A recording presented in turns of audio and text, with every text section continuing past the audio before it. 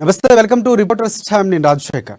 ప్రాంతం ఏదైనా, అంశం ఏదైనా, పార్టీ ఏదైనా దానిపై సమగ్ర సమాచారం అందించడానికి మా ప్రతినిధులు అందరూ సిద్ధంగా ఉన్నారు. ఫస్ట్ మనం మా హైదరాబాద్ ప్రతినిధి రాజు దగ్గరికి వెళ్దాం. ప్రధానంగా చూసుకుంటే కొత్త పార్లమెంటు భవనాన్ని రాష్ట్రపతి ప్రారంభించేలా ఆదేశాలు ఇవ్వాలని కూడా పిటిషన్ వేసినటువంటి నేపథ్యం కనిపిస్తుంది. ఇక ఈ పిటిషన్ను సుప్రీంకోర్టు తిరస్కరించింది. అలాగే ఈ నేపథ్యంలో కొత్త పార్టీ ప్రారంభోత్సవ ప్రకటన సహజ న్యాయ సూత్రాలకు విరుద్ధంగా ఉందంటూ పిటిషన్ వేశారు. రాజ్యాంగంలోని అధికరణ 32 ప్రకారం విచారణ జరిపి నిరాకరణ కూడా జరిగినట్టు తెలుస్తుంది. ఇక కొత్త పార్లమెంటు భవనాన్ని ఈ నెల 28వ తేదీన నేపథ్యంలోనే ఇవన్నీ కూడా జరుగుతున్న పరిస్థితి. ఈ నేపథ్యంలోనే 20 ప్రతిపక్ష ప్రారంభోత్సవాన్ని బహిష్కరించినటువంటి పరిస్థితి కూడా కనిపిస్తుంది. వైపు దీనికి సంబంధించినటువంటి సమితి సిద్ధంగా ఉన్నారు. ఇక అలాగే ఇంకొకటి ప్రధానంగా చూసుకుంటే కూడా దీన్ని మొన్న జరిగినటువంటి సచివాలయ ప్రారంభోత్సవానికి సంబంధించినటువంటి విషయాన్ని కూడా ఉటంకిస్తూ మధ్యన కామెంట్స్ కూడా చేస్తుంది. దీనిపై పూర్తి అప్డేట్స్ ఏంటి రాజు చెప్పండి.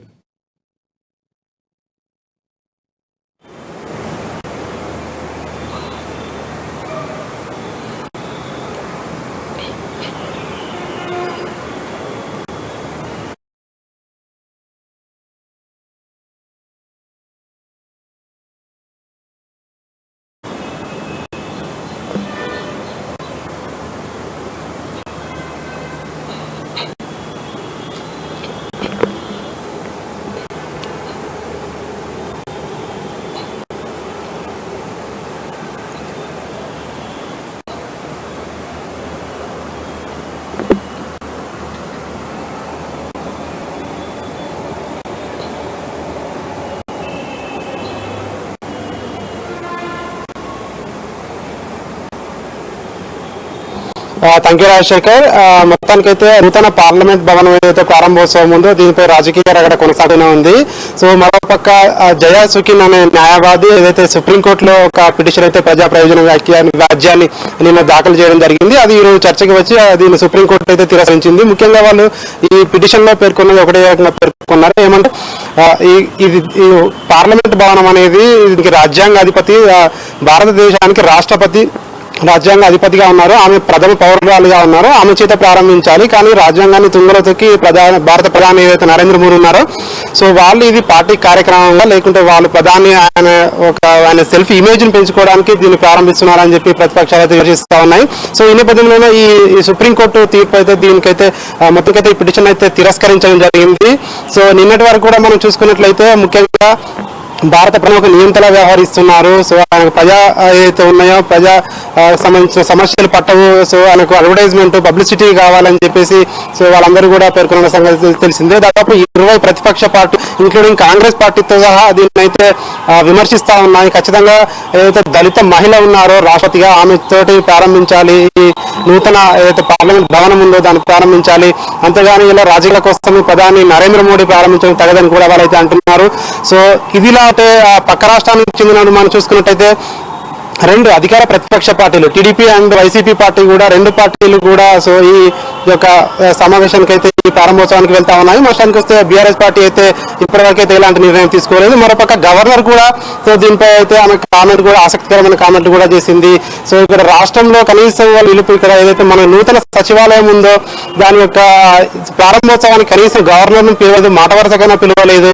సో అలాంటిది ఇప్పుడు ఈ రాష్ట్రంలో ఉన్నటువంటి వీళ్ళు ఏదైతే ప్రతిపక్షాలు ఉన్నాయో సో బీఆర్ఎస్ పార్టీ ఉందో వీళ్ళందరూ కూడా సో ఇప్పుడు ఎలా అడుగుతారని చెప్పి కూడా గవర్నర్ కూడా వ్యాఖ్యలు చేసిన సో పరిస్థితి మనం చూసాము.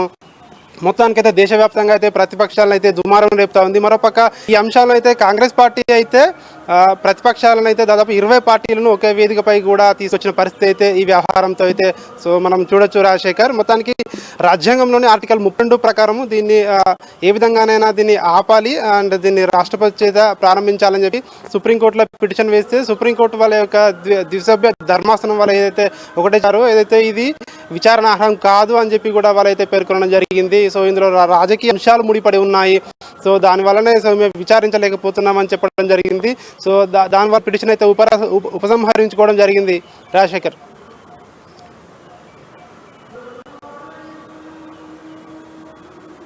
సో రాజు, నెక్స్ట్ మనం మెదక్ వెళ్దాం. మెదక్లో మా ప్రతినిధి సునీల్ మనకి అందుబాటులో ఉన్నారు. అక్కడ ప్రధానంగా చూసుకుంటే మెదక్లో నత్తనడకన సాగుతున్నటువంటి వడ్ల కొనుగోలు ఏదైతే అకాల వర్షాలకు నష్టటువంటి పంట నష్టానికి సంబంధించినటువంటి కేసీఆర్ కానీ అలాగే హరీష్ రావు కానీ కేటీఆర్ కానీ పూర్తి స్థాయిలో ప్రతి గింజ కొట్టమని మనం ప్రతి రిపోర్టర్స్ టైంలో మాట్లాడుకుంటున్నాం. ప్రతి ఏరని కూడా ఈ సమస్య ఉత్పన్నమవుతున్న పరిస్థితి, ఇంకా సమస్యకు పరిష్కారం కూడా రానటువంటి పరిస్థితి. అలాగే ఐక్య కేంద్రానికి భారీగా తరలివచ్చిన ధాన్యం వడ్ల కొనుగోలు చేయడం లేదని రైతులు ఆందోళన. ఇది ఎక్కడ వింటున్నటువంటి పరిస్థితి. తహసీల్దార్ కార్యాలయం ముందు రవితేజ అనే ఒక రైతు ఆత్మహత్య యత్నానికి పాల్పడినటువంటి పరిస్థితి. వెంటనే అటువంటి స్థానికులు అడ్డుకోవడంతో పెను ప్రమాదం తప్పిందని చెప్పవచ్చు. మొత్తానికి ప్రభుత్వ తీరుపై విపక్షాలు మాత్రం ఆగ్రహం వ్యక్తం చేస్తున్నాయి, అధికారుల తీరుపై కానీ ప్రభుత్వంపై కూడా. ఎందుకంటే పూర్తి స్థాయిలో దాదాపుగా 2 నెలల వరకు సమయం వస్తున్నటువంటి పరిస్థితి. అయినా ఇప్పటి వరకు కూడా పూర్తి స్థాయిలో ఎక్కడ కూడా వడ్డు కొనుగోలు జరిగినటువంటి పరిస్థితి. కొన్ని ఏరియాల్లో రెండోసారి మళ్ళీ వర్షాలు పడడం, తడిచిపోవడం. ఈ నేపథ్యంలో రైతులు ఏం చేస్తున్నారంటే అక్కడ ఉన్నటువంటి దళారులు పట్టుకొని ఆ మిల్లులకు డైరెక్ట్గా వీరే వెళ్ళి అమ్మినటువంటి పరిస్థితి కూడా కనిపిస్తుంది. ఎస్, దీనిపై పూర్తి అప్డేట్స్ ఏంటి, అక్కడ ఉన్నటువంటి పరిస్థితి ఏంటి చెప్పండి సునీల్.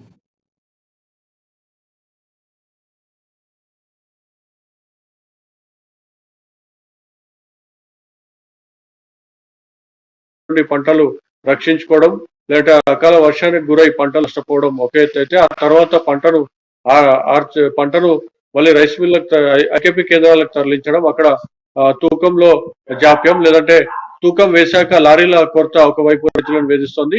ఇవన్నీ మనం ఒకసారి పరిశీలించినట్లయితే మెదక్ జిల్లా వ్యాప్తంగా కూడా రైతులకు ఈ కష్టాలు వెంటాడుతున్నాయని చెప్పవచ్చు. మరోవైపు తాజాగా మనం మీరు చూసుకున్నట్లయితే శివంపేటలో తహసీల్దార్ కార్యాలయం ఎదుట ఓ రైతు ఒంటిపై డీజిల్ పోసుకొని ఆత్మహత్య యత్నానికి ప్రయత్నించిన పరిస్థితి. ఎందుకంటే తన వడ్లను ఐకేపీ కేంద్రంలో కొనుగోలు చేయడంలో నిర్లక్ష్యంతో పాటు మరోవైపు తూకం వేశాక కూడా రైస్ మిల్లకు తరలించేందుకు కూడా తీవ్ర జాప్యం జరుగుతోంది. అధికారులు పట్టించుకోవడం లేదని చెప్పి రైతు ఆరోపిస్తున్నటువంటి పరిస్థితి ఉంది. మరోవైపు తన ఇంట్లో ఉన్నటువంటి తన నాన్నమ్మకు అస్వస్థత ఉండడం పట్ల నేను ఐకేపీ కేంద్రం నుంచి అట్లాగే వదిలేసి ఆసుపత్రి చుట్టూ వెళ్లాల్సిన పరిస్థితి ఉంది. ఆమె కూడా చనిపోయింది. అయినప్పటికీ కూడా నేను మళ్ళీ ఐకేపీ కేంద్రానికి వచ్చేవారు కూడా తన వడ్లు అట్లాగే ఉన్న పరిస్థితి ఉందని చెప్పి కూడా రైతు రవితేజ తీవ్ర ఆవేదన వ్యక్తం చేయడంతో పాటు ఆత్మహత్య యత్నానికి ప్రయత్నించగా పక్కనే ఉన్నటువంటి రైతులతో పాటు తహసీల్దార్ కార్యాలయానికి వచ్చినటువంటి వ్యక్తులు అడ్డుకున్నారు. ఒంటిపై కూడా నీరు పోయడంతో మొత్తానికైతే ఆయన ప్రాణాపాయం నుంచి బయటపడ్డారని చెప్పవచ్చు. అయితే ఉమ్మడి మెదక్ జిల్లా వ్యాప్తంగా కూడా ముఖ్యంగా చూసుకున్నట్లయితే మెదక్ సిద్దిపేట జిల్లాలో వరి రైతులకు సంబంధించి తీవ్ర కష్టాలు ఉన్నాయని చెప్పవచ్చు. వాళ్ళకు ఐకేపీ కేంద్రాల్లో కూడా వడ్ల తూకం తీవ్ర జాప్యం జరుగుతుంది. మరోవైపు తూకం చేసినటువంటి వడ్లను కూడా రైస్ మిల్లకు తరలించేందుకు లారీలకు ఉండగా తాజాగా సంగారెడ్డి జిల్లాలో నర్సాపూర్లో చూసుకున్నట్లయితే మనకు అమాలీల కొరత కూడా రైతులు తీవ్రంగా వేధిస్తున్నటువంటి పరిస్థితి ఉంది. అయితే మొత్తానికైతే రాష్ట్ర మంత్రులు మాత్రం చివరి గింజ వరకు కొంటామని చెప్పి చెప్తున్నప్పటికీ కూడా మంత్రులు లేదంటే ముఖ్యమంత్రి కేసీఆర్ ప్రాతినిధ్యం వహిస్తున్నటువంటి గజ్వేల్లో కూడా రైతులు ఆందోళన వ్యక్తం చేయడం జరిగింది, వాళ్ళు నిరసన వ్యక్తం చేయడం జరిగింది. ఐకేపీ కేంద్రాల్లో తీవ్ర జాప్యాన్ని వాళ్ళు నిరసించారు. మరోవైపు అక్కడ నిరీక్షించలేకపోయి నెలలు గడుస్తున్నప్పటికీ కూడా వాళ్ళు తక్కువ ధరకైనా సరే అని చెప్పి కూడా వాళ్ళు ప్రైవేట్ రైస్ మిల్లులకు కూడా ఆ బియ్యాన్ని వడ్లను అమ్ముకుంటున్నటువంటి పరిస్థితి ఉంది. మొత్తానికైతే జిల్లా నుంచి ప్రాతినిధ్యం వహిస్తున్నటువంటి ముఖ్యమంత్రి కానివ్వండి లేదా మంత్రులకు సంబంధించి ఈ అంశంపై స్పందించాల్సిన అవసరం ఉందని చెప్పి రైతు సంఘాల నేతలు ప్రతిపక్షాలు కూడా డిమాండ్ చేస్తున్నాయి. రాజశేఖర్, సునీల్, ఇంకోటి ప్రధానంగా దేశాన్ని అన్నం పెట్టే రైతు ఈరోజు చాలా ఇబ్బందులు పడుతున్న పరిస్థితి. ప్రతిసారి అకాల వర్షాలతో నష్టపోవడం జరుగుతున్నది. కానీ ఏ రోజు కూడా శాశ్వతమైన పరిష్కారం చూపించినటువంటి పరిస్థితి. ఇక్కడ మన తెలంగాణ విషయానికి వస్తే కేసీఆర్ రైతు పక్షపాతిగా ఉండటం, రైతులు ప్రభుత్వంగా చెప్పుకొని దేశ రాజకీయాల్లో సాధించడానికి వెళ్తున్నటువంటి పరిస్థితి. పక్క రాష్ట్రాల్లో ఉన్నటువంటి రైతులకు అలాగే నష్టపోయినటువంటి రైతులకు నష్టపరిహారం ఇచ్చినటువంటి పరిస్థితులు కూడా గతంలో మనం చూస్తాం. ఇంత జరుగుతున్నా ఇక్కడ రైతులు ఎంత ఆందోళన చేస్తున్నారు. దాదాపుగా 2 నెలల నుంచి ఇంతవరకు ధాన్యం కొనట్లేదు అని చెప్పి గగ్గోలు పెడుతూ లారీలు లేవని ఓ పక్క రోడ్ల మీదకి వచ్చి ఆత్మహత్యలు చేసుకునే పరిస్థితి వస్తున్నప్పుడు కూడా ప్రభుత్వం స్పందించకపోవడం, సరైనటువంటి విధానంతో ముందుకు వెళ్ళి ఖచ్చితంగా మేము అందరిని కొంటామని చెప్పే ప్రయత్నం ఎందుకు చేయట్లేదు అనుకోవచ్చు అంటారు మనం. ముఖ్యమంత్రి కేసీఆర్ మాత్రం టిఆర్ఎస్ తో పాటు బీఆర్ఎస్ పార్టీని ఏర్పాటు చేశారు. దేశవ్యాప్తంగా పర్యటిస్తాను, వచ్చే ఎన్నికల్లో రైతు ప్రభుత్వాన్ని తీసుకొస్తామని చెప్తాను. కానీ ఆయన సొంతంగా ఆయన సొంత ప్రాతినిధ్యం వహిస్తున్నటువంటి గజ్వేల్లోనే రైతుల పరిస్థితి ఇంత దారుణంగా ఉందని చెప్పి కూడా ప్రతిపక్ష పార్టీల నాయకులు కానివ్వండి, రైతు సంఘాల నేతలు ఇప్పటికే పలు దఫాలు విమర్శించారు. మరోవైపు జిల్లా వ్యాప్తంగా కూడా ఇదే పరిస్థితి. అయితే ఇంత జరుగుతున్నప్పటికీ కూడా పాలక వర్గం నుంచి కూడా ఎట్లాంటి స్పందన కానివ్వండి లేదంటే హామీ కానీ రావడం లేదు. రాష్ట్ర ప్రభుత్వం మాత్రం ఈ వడ్ల కొనుగోలుకు సంబంధించి అయితే పూర్తి బాధ్యతలు జిల్లా కలెక్టర్లకు అప్పజెప్పిన పరిస్థితి ఉంది. జిల్లా కలెక్టర్లు కూడా పెద్ద స్థాయిలో ఎక్కడ కూడా వాళ్ళు ఐకేపీ కేంద్రాలను పరిశీలించి రైతుల సమస్యలు విన్నట్టుగా కూడా పెద్దగా లేదు. అడపాదడప కొన్ని ఐకేపీ కేంద్రాలు మాత్రం వాళ్ళు జిల్లా కలెక్టర్లు పరిశీలిస్తున్నారు తప్ప సమస్య పరిష్కారానికి మాత్రం పూర్తి స్థాయిలో కృషి చేయడం లేదని రైతు సంఘాల నేతలతో పాటు ప్రతిపక్షాలు, సాక్షాత్తు రైతులు కూడా విమర్శిస్తున్నటువంటి పరిస్థితి ఉంది రాజశేఖర్.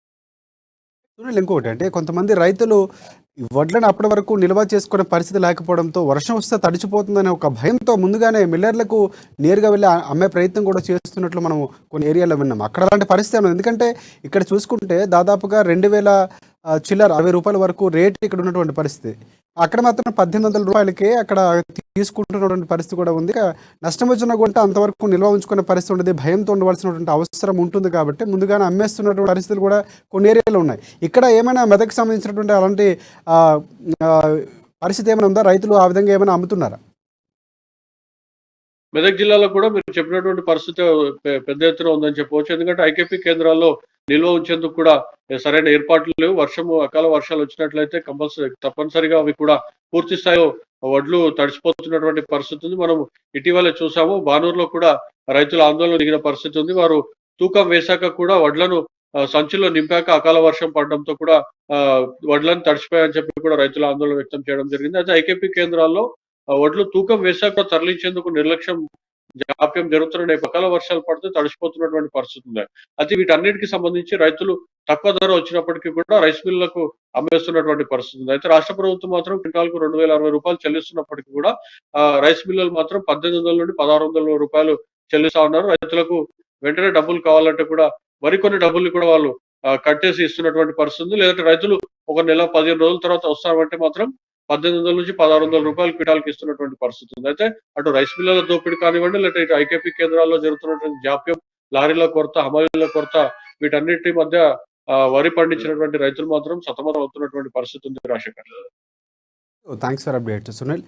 అది అక్కడ ఉన్నటువంటి పరిస్థితి. అక్కడ ఉన్నటువంటి పరిస్థితి కాదు, రాష్ట్ర వ్యాప్తంగా కూడా రైతులు గగ్గోలు పెడుతున్నటువంటి పరిస్థితి కూడా కనిపిస్తూ ఉంది. ఎందుకంటే ఆరుగాలం కష్టపడి పండించినటువంటి పంట అమ్మిన తర్వాత దాని మీద పెట్టినటువంటి పెట్టుబడి కానీ అప్పులు కానీ తీర్చుకోవడానికి ఎంతో ఎదురు చూస్తున్నటువంటి పరిస్థితి ఉంటుంది. కానీ ఇక్కడ మూలిగే నక్కపై తాళ్ళపండు పడినటువంటి పరిస్థితి. వర్షం మీద వర్షాలు పడుతున్నాయి, నష్టపోతున్నారు తప్ప ప్రభుత్వం మాత్రం పూర్తి స్థాయిలో ఆదుకొని పంట కొన్నటువంటి పరిస్థితి కనిపిస్తుంటుంది. ఐకేపీ కేంద్రాల్లో కొంటామని చెప్పినప్పుడు కూడా ఇక్కడ ఎదురు చూపులే ఉంటున్నాయి. ఓ పక్క వర్షాలు పడుతున్నాయి, తడిచిపోతున్నాయి తప్ప అధికారులు మార్పు రావట్లేదు. ఏదంటే లారీలు కొరత ఉందనో లేకపోతే ఇంకోటి చెప్తున్నటువంటి పరిస్థితి కూడా ఉంది. బట్ మొత్తానికి ఈ పరిస్థితి అయితే తీరవలసిన అవసరం ఉందో కనిపిస్తుంది. ఎందుకంటే 10 ఏళ్ళు మనం తెలంగాణ వచ్చిన తర్వాత దశాబ్ది ఉత్సవాలు నిర్వహించుకున్న పరిస్థితులు కూడా రైతు ప్రభుత్వంగా చెప్పుకుంటున్నటువంటి ప్రభుత్వానికి ఇలాంటి రైతులు ధర్నాలు చేయడం అనేది మంచిది కాదని కూడా చెప్తున్నటువంటి పరిస్థితి కూడా కనిపిస్తుంది. ఎస్, నెక్స్ట్ ఆడికి మనం వరంగల్ వెళ్దాం. వరంగల్లో మా ప్రతినిధి స్వామి మనకి అందుబాటులో ఉన్నారు. అక్కడ ప్రధానంగా చూసుకుంటే శ్రీ భద్రకాళి మాడ వీధులకు సంబంధించి రాజగోపురం నమూనా ఫొటోస్ కూడా ఉన్నాయి. ఇక్కడ తెలంగాణ రాష్ట్రంలో అతిపెద్ద రాజగోపురం భద్రకాళి మాడ వీధుల నిర్మాణానికి సర్వం సిద్ధమవుతున్నట్లు తెలుస్తోంది. 30 కోట్ల రూపాయల నిధులతో అక్కడ మాడ వీధుల నిర్మాణం చేపట్టున్నాడు. ఇక రాష్ట్రంలోనే భద్రకాళి ఆలయం చుట్టూ ఏకైక మాడ వీధుల నిర్మాణంకు సన్నాహకాలు చేస్తున్నటువంటి పరిస్థితి కనిపిస్తుంది. అక్కడ ఒక మంచి కార్యక్రమానికి శ్రీకారం చుట్టినట్లు తెలుస్తుంది. దీనిపై పూర్తి అప్డేట్స్ చెప్పండి స్వామి. Good evening Rajasekhar. మొత్తానికి ఉత్తర తెలంగాణలోని ఒక ప్రసిద్ధిగాంచిన భద్రకాళి అమ్మవారి దేవాలయము 625 ఫీట్ శకంలో కూడా ఇది ఏర్పాటు చేయడం జరిగింది. ఇక్కడ అమ్మవారు దర్శనానికి దరిదాపుగా అన్ని అంటే వరంగల్ హన్మకొండకు మధ్యలో అమ్మవారి అంటే భద్రకాళి టెంపుల్ కూడా ఏర్పాటు చేయడం జరిగింది. మొత్తానికి చూసుకుంటే కూడా అమ్మవారి అంటే చుట్టూ మాడ మీదుల గోపురాల కొరకై మొత్తం 30 కోట్ల రూపాయలు తెలంగాణ రాష్ట్ర ప్రభుత్వం వెచ్చించింది. కానీ మొత్తానికి వరంగల్ ఉమ్మడి వరంగల్ జిల్లాలోని వరంగల్లో ఏలినటువంటి కాకతీయులు 4 ద్వారాలు అంటే తూర్పు, ఉత్తరము, పడమర, దక్షిణం వైపు కూడా 4 ద్వారాలు అయితే ఏ విధంగా కాకతీయ తోరణాలు అయితే ఏ విధంగా ఉన్నాయో అమ్మవారి దేవస్థానాన్ని కూడా మాల మిదులు గోపురాలు కూడా 9 అంతస్తుల కూడా గోపురాలను ఏర్పాటు చేయడం జరుగుతా ఉంది. మొత్తానికి మోడల్ గా ఒక టైటిల్ అయితే మాత్రం విడుదల చేసింది గవర్నమెంట్. మొత్తానికి 30 కోట్ల రూపాయలను కూడా విడుదల చేసింది. దానికి పూర్తిగా సహకారంతో అంటే పశ్చిమ నియోజకవర్గమైన దాసం వినయ్ భాస్కర్, ఎమ్మెల్యే దాసం వినయ్ భాస్కర్ కూడా 30 కోట్ల రూపాయలకు కూడా నిధులు శాంక్షన్ చేయించారని చెప్పుకోవచ్చు. మొత్తానికి అంటే యాదగిరి లక్ష్మీనరసింహస్వామి తరహాలోని అంతకంటే ఎక్కువ వైభవంగా తెచ్చేందుకు కూడా భద్రకాళి అమ్మవారి టెంపుల్ కూడా అంటే ముస్తాబవుతుందని చెప్పుకోవచ్చు రాజశేఖర్. అంటే ప్రధానంగా ఏవైతే మాడవీధులకు సంబంధించి భద్రకాళి మాడవీధులు రాజగోపురానికి సంబంధించిన నమూనాల్లో ఎలాంటి చారిత్రాత్మకంగా ఉండేటువంటి శైలిని ఉపయోగించి వీటి నమూనాలు అక్కడ రూపొందించారు, ఏమైనా సమాచారం ఉందా? మాల అంటే మొత్తానికి చూసుకుంటే అమ్మవారు ఆ, ఆ, కోహినూర్ అంటే రాజస్థానుల వజ్రాలు మాత్రము అమ్మవారి ఎడమ చెయ్యి ఎడమ కన్నులో ఉంటుందని చెప్పి క్రీస్తు పూర్వం శాస్త్రజ్ఞులు తెలిపిన శైలులు చెప్పిన ప్రకారం మాత్రము అక్కడ అమ్మవారు అంటే ఆ ఎక్కడ కూడా అంటే మహేంద్ర వర్మంలో కూడా 7 అంతస్తుల ఆ మాల మిదుల గోపురాలు కూడా ఉన్నాయి. కానీ ఇక్కడ ఆ మాల విధులు కూడా గోపురాలు కూడా ఇవాళ తెలంగాణలోనికి ప్రసిద్ధి కావడానికి, తెలంగాణకి ఒక వన్య తేవడానికి సీఎం కేసీఆర్ తీసుకున్న నిర్ణయానికి 9 అంతస్తుల మాల మిదుల గోపురాలు కూడా కట్టడాలు ఏర్పాటు చేయాలని చెప్పి కూడా నిర్ణయించడం జరిగింది. మొత్తానికి హన్మకొండ వరంగల్ మధ్యలో వెలిసిన భద్రకాళి అమ్మవారు ఆ టెంపుల్ కూడా ఆ అన్ని దేవస్థానాల కంటే చూడ్డానికి కూడా కొంచెం అంటే కాకతీయులైతే 4 ద్వారాల మిథుల గుండె ఎట్లయితే పరిపాలించిందో ఇదే ఇక్కడ కూడా సేమ్ అమ్మవారి దర్శించుకోవడానికి 4 ద్వారాలు అంటే మాల మిథులు గోపురాలు కూడా నిర్మాణం జరగనున్నాయి. మొత్తం ఎక్కడ లేని విధంగా కూడా 9 అంతస్తులు కూడా ఇక్కడ నిర్మించడానికి కూడా తెలంగాణ రాష్ట్ర ప్రభుత్వం ఇక్కడ ఒక నిర్ణయం తీసుకొని కూడా దీన్ని ఒక ప్రసిద్ధి అంటే అంటే మోడల్ గా ఒక దేవస్థానంలో ఎక్కడ లేని విధంగా కూడా యాదగిరి లక్ష్మీనరసింహ స్వామిని అయితే ఎలాంటి తిరుపతి దేవస్థానాల తరహాలో ఎలాంటి దర్శించుకుంటున్నారో ఇక్కడ అమ్మవారిని కూడా దర్శించుకోవడానికి కూడా ఈ కట్టడాలు కూడా నిర్మిస్తారని చెప్పి కూడా ఈ దేశం వినయ్ భాస్కర్ సహకారంతో కూడా నిర్మిస్తారని చెప్పి కూడా ఇవాళ మొత్తానికి ఒక బ్లూ ప్రింట్ అయితే మాత్రం తీయడం జరిగింది. ప్రధానంగా తెలంగాణకు సంబంధించినటువంటి వరుసగా ఇప్పుడు మొన్న చూసుకున్నటువంటి యాదాద్రి కానీ, మొన్న కొండగట్టు ఆంజనేయ స్వామి, ఇలా ఒక్కొక్క దేవాలయాన్ని అభివృద్ధి చేసే క్రమంలో ముందుకు వెళుతున్నటువంటి పరిస్థితి కూడా కనిపిస్తుంది. ఇక ఇలా వేవ్ అనేది ఒకటి పక్కన పెడితే ఇటు దేవాలయాలపై ప్రత్యేకంగా ప్రభుత్వం దృష్టి పెట్టిందని మాత్రం ఖచ్చితంగా చెప్పుకోవచ్చు. ఇక్కడ చూసుకుంటే తెలంగాణ రాష్ట్రంలోనే అతిపెద్ద రాజగోపురం, అలాగే భద్రకాళి మాడవీధుల నిర్మాణానికి సర్వం సిద్ధం చేసినట్లు, దానికి సంబంధించిన మీరు చెప్పినట్టు 30 కోట్ల రూపాయలు నిధులు కూడా కేటాయించినట్టు కూడా తెలుస్తుంది. అంటే మొత్తానికి ఎత్తు ఎంత ఉండే అవకాశం ఉంది? 9 అంతస్తులు అంటే సుమారుగా ఎంత ఉండొచ్చు అంటారు? 30 అంటే దరిదాపుగా కూడా ఎటు చూసినా కూడా అంటే తూర్పు, ఉత్తరం, దక్షిణం, పడమరం దిక్కులో కూడా మాల గోపురాలు కూడా నిర్మించడానికి కూడా 30,000 కోట్లు ప్రభుత్వం వెచ్చించింది. అప్పటికి అంటే పురాతనమైన ఉన్న అమ్మవారి టెంపుల్ ను కూడా మధ్యలో అంటే ఒక సరస్సు ఉంటుంది, ఒక భాగంలో వాటర్, ఒక భాగంలో ఎడారిగా ఉంటుంది. కానీ మొత్తానికి వాటిని కూడా అందాలు తిలకించడానికి కూడా 4 ద్వారాలు ఏర్పాటు చేయడానికి మొత్తము మన అమ్మవారి దేవస్థానాన్ని కూడా పునరుద్ధరించడానికి అంటే మొత్తం వైభవంగా తీర్చిదిద్దడానికి 30,000 కోట్లు కూడా రాష్ట్ర ప్రభుత్వం వెచ్చించింది. దీన్ని ఒక మోడల్ గా ఒక దేవస్థానం అంటే ఎనలేని రాష్ట్రంలో కాదు దేశంలో ఎనలేని విధంగా కూడా అమ్మవారి భద్రకాళి దేవస్థానాన్ని కూడా ప్రసిద్ధి చేయడానికి కూడా కసరత్తు చేసిందని చెప్పుకోవచ్చు. ఫైనల్గా అక్కడ ఉన్నటువంటి ఏదైతే నిర్మాణం పూర్తి స్థాయిలో జరిగిన తర్వాత భక్తులకు దర్శనానికి ఒక అనుభూతిని కలిగడం ఒక ఎత్తు అయితే, ఇంకొకటి పర్యాటక క్షేత్రంగా కూడా అభివృద్ధి చెందడానికి అవకాశం ఉంటున్నారండి. ఎందుకంటే అంత పెద్ద రాజగోపురం అనేది తెలంగాణకే ఒక తలమంగా అంత పెద్దది నిర్మించడం అనేది నిజంగా తెలంగాణకు ఒక మంచి అదృష్టంగా భావించవచ్చు. ఆ నేపథ్యంలో పర్యాటక క్షేత్రం కూడా అభివృద్ధి చెందే అవకాశం ఉందంటారా? శేఖర్, మొత్తానికి ఇక్కడ భద్రకాళి టెంపుల్ కూడా అన్ని అంటే చూడదగ్గ ప్రదేశంగా ఓరుగల్లు జిల్లాలోని కూడా అమ్మవారి టెంపుల్ ను అంటే మోడలైజ్ చేయడానికి కూడా 30 కోట్ల రూపాయలు కూడా వెచ్చించినప్పటికీ కూడా ఈ దర్శనానికి అంటే ఇండియాలోని ఒక అమ్మవారిని దర్శించుకోవడానికి ఇప్పటికీ ఎంతో మంది అంటే చుట్టుపక్కల అంటే రాష్ట్రాలే కావచ్చు, మన జిల్లాలే కావచ్చు నుంచి కూడా అమ్మవారిని దర్శించుకోవడం ఫస్ట్ ఎక్కడ ప్రోగ్రామ్ చేసినా గానీ ఫస్ట్ భద్రకాళికి వెళ్ళి దర్శించుకున్న తర్వాతనే పనులు చేస్తూ ఉంటారు. కానీ మొత్తానికి చూసుకుంటే కూడా ఇక్కడ పునర్వైభవం తీసుకురావడానికి ఇక్కడ ప్రసిద్ధిగాంచిన 1000 స్తంభాల గుడి కావచ్చు, రాణి రుద్రమాదేవి కాకతీయులు ఏలినట్టు గడ్డ మీద అమ్మవారి దేవస్థానాన్ని కూడా ఒక ఎనలేని విధంగా ఎక్కడ లేని విధంగా కూడా నిర్మాణం చేసి ప్రసిద్ధి చేసి అభివృద్ధి చేయాలని చెప్పి కూడా తెలంగాణ రాష్ట్ర ప్రభుత్వం 30,000 కోట్లు వెచ్చించి కసరత్తు చేసుకుంది. దీన్ని దర్దాపుగా ఒక అంటే 2-3 మంత్స్ కూడా పనులు మొత్తం ప్రారంభించి కూడా పూర్తి చేయనున్నట్టు కూడా తెలిపారు. మొత్తానికి చూసుకుంటే కూడా ఈ 3 నెలల్లో కూడా కంప్లీట్ అయిపోతాయని కూడా అంటే మాలమిదుల గోపురాలు కూడా కంప్లీట్ అయిపోతాయని కూడా చెప్తున్న పరిస్థితి కనపడతా ఉంది.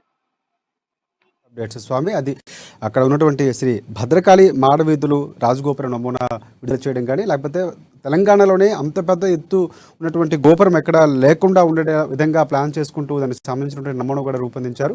ఇటువైపు కాకతీయులు కానీ లేకపోతే తెలంగాణ రాజసం ఉట్టిపడేలా పూర్తి స్థాయిలో దాన్ని డిజైన్ చేసినట్లు కూడా మనకి మా ప్రతినిధి స్వామి చెప్తున్నటువంటి పరిస్థితి కనిపిస్తుంది. ప్రభుత్వం కూడా ఆ దిశగానే దేవాలయాలపై ప్రత్యేక దృష్టి పెట్టిందని కూడా మనం చెప్పుకోవచ్చు. నెక్స్ట్ మనం నిజామాబాద్ వెళ్దాం. నిజామాబాద్లో మా ప్రతినిధి నవీన్ మనకి అందుబాటులో ఉన్నారు. ప్రధానంగా చూసుకుంటే నిజామాబాద్ జిల్లాలో రాజకీయ ఎన్నికల వేడి అనేది ఇప్పుడు రాజుకుంటున్నటువంటి పరిస్థితి కనిపిస్తుంది. దాదాపుగా ఎన్నికలు సమీపిస్తున్న నేపథ్యం, కొన్ని నెలలు మాత్రమే మనకి ముందున్న సమయం కనిపిస్తున్న నేపథ్యంలో ఇప్పటికే గెలుపు లక్ష్యంగా పార్టీలను కూడా పావులు కదుపుతున్నట్లు కూడా తెలుస్తుంది. ప్రధానంగా ఇంకోటి చూసుకుంటే వచ్చే అసెంబ్లీ ఎన్నికల్లో గెలుపు గుర్రల కోసం ఇక బీఆర్ఎస్ సర్వేలో పక్క చేస్తుంది. ఎవరికి టికెట్ ఇవ్వాలి, ఎవరు ఎంతవరకు జనాలు జనరంజకంగా ఉన్నారు, వారి యొక్క ఓట్ల శాతం ఎంత, ఎవరికి జనాకర్షణ ఎక్కువగా ఉంది, ఇవన్నీ కూడా క్యాల్కులేట్ చేసుకుంటున్నటువంటి పరిస్థితి కూడా కనిపిస్తుంది. ప్రధానంగా సిట్టింగ్ ఎమ్మెల్యేలకు పట్టున్నటువంటి సర్వే పై కూడా ఇప్పుడు ఫీవర్. ఎందుకంటే గతంలో కేసీఆర్ ఒక విషయం చెప్పారు, సిట్టింగ్కే సీట్ ఇస్తాను, కానీ ఆ పరిస్థితులు ఇప్పుడు లేవు, మారిపోతున్నాయి, కొత్త వాళ్ళకి ఎక్కువ ఇచ్చే అవకాశం ఉందని.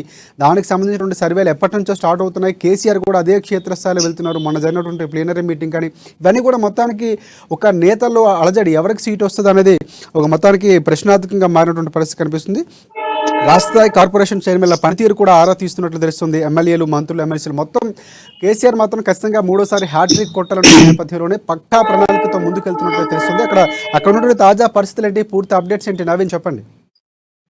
తెలంగాణ అసెంబ్లీ ఎన్నికలు మరికొన్ని నెలల్లో జరగనున్న నేపథ్యంలో కూడా అన్ని పార్టీలు కూడా దానికి సిద్ధమవుతున్నట్టు తెలుస్తుంది. ఇందులో అన్ని పార్టీలు కూడా గెలుపు గుర్రాల వైపు చూస్తున్న పరిస్థితి మొత్తం నిలిచింది. అయితే ఒక అడుగు ముందుకు వేసినటువంటి అధికార బీఆర్ఎస్ పార్టీ అధినేత సీఎం కేసీఆర్ మంత్రులు ఎమ్మెల్యేల పనితీరుపై కూడా సర్వే చేస్తున్నట్లు సమాచారం. అయితే దీంతో ఎమ్మెల్యేలకు మంత్రులకు సర్వే ఫీవర్ పట్టుకుందని చెప్పొచ్చు. ఎందుకంటే ముచ్చటగా 3సారి తమకు టికెట్ వస్తుందా, తాము గెలుస్తామా అని భయం పట్టుకుందని చెప్పొచ్చు. ఎందుకంటే తెలంగాణ రాష్ట్రం వచ్చిన తర్వాత 2 సార్లు ఎమ్మెల్యేగా చాలా మంది గెలుపొందారు. అయితే 3సారి కూడా టికెట్ వస్తే ఎర్తే కొట్టాలని చెప్పి కూడా అందరూ ఆశాభావంతో ఉన్నారు. అయితే ఈసారి సీఎం కేసీఆర్ నిర్వహిస్తున్న వాటి సర్వేలో తమకు మైనస్ వస్తుందా, ప్లస్ వస్తుందా, తమకు టికెట్ వస్తుందా అని కూడా భయం పట్టుకుందని చెప్పొచ్చు. అయితే ముఖ్యంగా చూసుకొస్తే సర్వేలో తమకు సపోర్ట్ వస్తే ఎలా, తమకు టికెట్ రాకపోతే ఏం చేద్దామన్న సందడి ఇటు సందిగ్ధంలో కూడా ఉన్నట్లు తెలుస్తుంది. అయితే మొత్తం ఉమ్మడి నిజామాబాద్ జిల్లాలో 9 అసెంబ్లీ కాన్స్టిట్యూషన్లు ఉన్నాయి. అయితే ప్రత్యేకంగా తెలంగాణ రాష్ట్రం ఏర్పడిన తర్వాత 2014లో 9 స్థానాలు కూడా బీఆర్ఎస్ పార్టీ స్వాధీనం చేసుకుంది. ఆ తర్వాత జరిగినటువంటి 2018 ఎన్నికల్లో ఒక ఎల్లారెడ్డి, కామారెడ్డి జిల్లా సంబంధించిన ఎల్లారెడ్డి నియోజకవర్గం తప్ప మిగతా 8 స్థానాలు కూడా బీఆర్ఎస్ పార్టీ జెండా ఎగరవేసింది. అయితే తదనంతరం జరిగిన బట్టి పరిణామాల నేపథ్యంలో అక్కడ ఎల్లారెడ్డి నుంచి గెలుపొందిన బట్టి కాసుల ఒక ఎమ్మెల్యే కూడా అస్సాం పార్టీ నుండి కూడా బీఆర్ఎస్ పార్టీ చేరాడు. అయితే దాంతో మొత్తం 9 స్థానాలు కూడా బీఆర్ఎస్ పార్టీ కైవసం చేసుకుందని చెప్పొచ్చు. అయితే ఈ నేపథ్యంలో మరోసారి ఇప్పుడు రానున్న 4-5 నెలలకు ఎన్నికలు జరుగుతున్నాయి. ఈ నేపథ్యంలో మరోసారి సీఎం కేసీఆర్ కూడా 9 స్థానాలు కూడా కైవసం చేసుకునే ఉద్దేశంతో కూడా సర్వేలు మొదలు పెట్టారు. ఎవరైతే ఎక్కడ మైనస్ ఉన్నారు, ప్లస్ ఉన్నారు, ఎవరికి టికెట్ ఇవ్వాలి, అసలు ఎమ్మెల్యేల పనితీరేలు ఉంది, వీరికి వీరిని గురించి ప్రజలు ఏమనుకుంటారు, ఎలాంటి అభివృద్ధి కార్యక్రమాలు చేపట్టారని కూడా మొత్తం సర్వే చేసినట్లు తెలుస్తుంది. అయితే దీంతో వచ్చే ఎన్నికల్లో కూడా తమకు టికెట్ వస్తుందా అని కూడా వీరు భయాందోళన గురైన చేస్తుంది. ప్రస్తుతం దీంతో పాటు అలాగే ఇటు సీఎం కేసీఆర్ కూడా పిలుపు మేరకు జిల్లాలో కూడా ఆత్మీయ సమ్మేళనం కూడా ఏర్పాటు చేశారు. అయితే దీనిపై కూడా సీఎం కేసీఆర్ కూడా సర్వేలు మొదలు పెట్టారు. అయితే ఈ ఆత్మీయ సమ్మేళనాలు ఎలా జరుగుతున్నాయి, ఎక్కడెక్కడ జరుగుతున్నాయి, ఎంతమంది వచ్చారు, దీనికి ఎవరెవరు చీఫ్ గెస్ట్ వస్తున్నారు, వాళ్ళు ఏం మాట్లాడుతున్నారు, వీళ్ళ పనితీరుపై అక్కడ స్థానిక ప్రజలు ఏమనుకుంటున్నారు కూడా పూర్తిగా ఎప్పుడప్పుడు కూడా సర్వేలు చేయించుకున్నట్లు కూడా తెలుస్తుంది. అయితే ముఖ్యంగా వీరి సర్వే కోసం కూడా ఇంటెలిజెన్స్ తో పాటు ఆ పార్టీ అనుబంధ పత్రిక అయినటువంటి ఆ పత్రిక ఆ, వారితో పాటు ఐపాక్ అలాగే పార్టీ సంబంధించిన సీనియర్ నాయకులు కొందరు సీక్రెట్ సర్వే కూడా చేసినట్టు తెలుస్తుంది. అయితే సర్వేలో పూర్తిగా ఎవరికి అనుకూలంగా వస్తే మాత్రం మాకు టికెట్ ఇస్తా అని చెప్పి చెప్తున్న పరిస్థితి పత్రం వస్తుంది. అయితే కొన్ని నెలల క్రితం కూడా సిట్టింగ్ లకి టికెట్ ఇస్తా ఈ టికెట్లు ఇస్తామని చెప్పి సీఎం కేసీఆర్ హామీ ఇచ్చినప్పటికీ కూడా సర్వేలు ఇప్పుడు పరిణామాలు మారిపోయాయి. చాలా మంది కూడా తొమ్మిది స్థానాలు కూడా సీఎం కేసీఆర్ కూడా నిజామాబాద్ లో గెలవాలనే ఉద్దేశంతో కూడా పూర్తిగా సర్వేలు చేస్తున్నట్టు తెలుస్తుంది. ఈ సర్వేలో ఎవరికి అనుకూలంగా వస్తే వాళ్ళకి టికెట్ వస్తాయని కూడా ఖచ్చితంగా చెప్తున్న పరిస్థితి కనిపిస్తుంది. దీంతో తమకు టికెట్ వస్తుందా రాదని కూడా భయాందోళన ఉన్నారు. అయితే ఎమ్మెల్యేల మంత్రులతో పాటు రాష్ట్ర స్థాయి కార్పొరేషన్ చైర్మన్ల పనితీరు కూడా పై కూడా ఆరా తీస్తున్నట్లు తెలుస్తుంది. అయితే మొత్తాన్ని చూసుకున్నట్లయితే నిజామాబాద్ జిల్లాలో మాత్రం ఇప్పుడు ఎమ్మెల్యేలతో పాటు మంత్రులకు అలాగే కార్పొరేట్ చైర్మన్లకు కూడా సర్వే భయం పట్టుకుందని చెప్పవచ్చు రాజశేఖర్. ఇంకోటి ఇప్పుడు ఉన్న 9 స్థానాల్లో ఉన్నటువంటి ఎమ్మెల్యేలు ఎవరైతే ఉన్నారో సిట్టింగ్ ఎమ్మెల్యేలకు సంబంధించి ఖచ్చితంగా వాళ్ళకి సీట్లు పంపిణీలో కేసీఆర్ ఖచ్చితంగా బీఆర్ఎస్ పార్టీ నుంచి మార్పులు చేర్పులు జరిగే అవకాశం ఉందని ఎక్స్పెక్ట్ చేయొచ్చు అంటారు మనకి. ఖచ్చితంగా అనుకోవచ్చు. ఎందుకంటే గతంలో కొన్ని నెలల క్రితం కూడా కేవలం సిట్టింగ్ లకే టికెట్ ఇస్తామని చెప్పి కేఆర్ ఇచ్చారు. దీంతో కూడా తమకు టికెట్ వస్తుంది, మూడోసారి కూడా హ్యాట్రిక్ సాధించవచ్చు అని కూడా ఎమ్మెల్యేలు కూడా ఎంతో ఆశతో ఉన్నారు. అయితే ఒక్కసారిగా సీఎం కేసీఆర్ సర్వే కూడా ప్రారంభించారు. ఈ సర్వే నేపథ్యంలో ఎవరికి అనుకూలంగా ఇస్తే వాళ్ళకు టికెట్ ఇస్తాం. ఎందుకంటే టికెట్ ఇచ్చిన ఇక్కడ ప్రజల్లో కూడా వ్యతిరేకంగా ఉంటే వాళ్ళకు టికెట్ ఇవ్వలేని పరిస్థితి, ఇస్తే ఇచ్చినా కూడా వాళ్ళకి ఇక్కడ గెలవలేని పరిస్థితి ఉంది. ఈ నేపథ్యంలో వాళ్ళు ఎవరైతే అనుకూలంగా ఇటు ప్రజలకు వద్దకు వెళ్తున్నారో, ప్రజలకు సంబంధించినటువంటి ఎవరైతే గెలుపు గుర్రాలు ఉన్నారో వాళ్ళకు మాత్రమే టికెట్ ఇస్తారని చెప్పి చెప్పారు. ఈ నేపథ్యంలో 9 నియోజకవర్గాల్లో చాలా నియోజకవర్గాల్లో కొత్త ఎమ్మెల్యేలకు కొత్త వారికి కూడా టికెట్ ఇచ్చే అవకాశం కనిపిస్తుంది. అయితే వీటితో పాటు ఇటు ఎమ్మెల్యేల కుటుంబాలు వారి భూగో తగాదాలు అలాగే దళిత బంధు విషయంలో కూడా సీఎం కేసీఆర్ కూడా కొన్ని నెలల క్రితం చెప్పారు. దళిత బంధు విషయంలో కూడా ఇటు ఎమ్మెల్యేలు కూడా కొంత డబ్బులు తీసుకుంటున్నారని కూడా చెప్పిన బహిరంగానే చెప్పిన పరిస్థితి కనిపిస్తుంది. ఈ నేపథ్యంలో ఎవరెవరు డబ్బులు తీసుకుంటున్నారు, ఎలా ఉంది పరిస్థితి అని కూడా వాటిపై కూడా ఫోకస్ పెట్టినట్లు చేస్తుంది. మొత్తం మీద ఇప్పుడు చాలా మంది 9 నియోజకవర్గాల్లో కూడా చాలా మందికి సగం మంది కూడా టికెట్ రాని పరిస్థితి కనిపిస్తుంది. అక్కడ వీరి స్థానంలో ఎవరికి కార్పొరేట్ చైర్మన్లు కావచ్చు, అక్కడ ఉన్న సీనియర్ నాయకులు కావచ్చు, ఎవరికి అనుకూలంగా ఇస్తే టికెట్ ఇస్తే వాళ్ళు గెలుపు పొందుతారని కూడా సర్వే చేసినట్టు తెలుస్తుంది. ఈ సర్వే నేపథ్యంలో సర్వే ఫలితాలు వచ్చిన తర్వాతనే ఎవరికి టికెట్ ఇవ్వకూడదు వచ్చే సమస్య ఉందని చెప్పవచ్చు రాజశేఖర్. ఇది మొత్తానికి ఇవ్వనున్నటువంటి ప్రధానంగా చూసుకుంటే కొత్త పార్లమెంట్ భవనానికి సంబంధించి రాష్ట్రపతి ప్రారంభించిన ఆదేశాలు ఇవ్వరండి. ఇది అనేది మనకు హాట్ టాపిక్. ఈరోజు మనం చర్చించిన దాంట్లో రిపోర్టర్స్ టైంలో 20 ప్రతిపక్షాల్లో టీఆర్ఎస్ ఉంటుందా, బీఆర్ఎస్ ఉంటుందా లేదని, ఎందుకంటే మొన్న జరిగినటువంటి దాన్ని కూడా క్వశ్చన్ చేస్తూ గవర్నర్ చెప్పినటువంటి కూడా పరిస్థితి కనిపిస్తుంది. ఇది మొత్తానికి ఈరోజు ఉన్నటువంటి రిపోర్టర్స్ టైం. రేపటి రిపోర్ట్ టైంలో మళ్ళీ కలుసుకుందాం. అంతవరకు చూస్తూనే ఉండండి అమ్మా న్యూస్, నిజం కోసం జనం కోసం.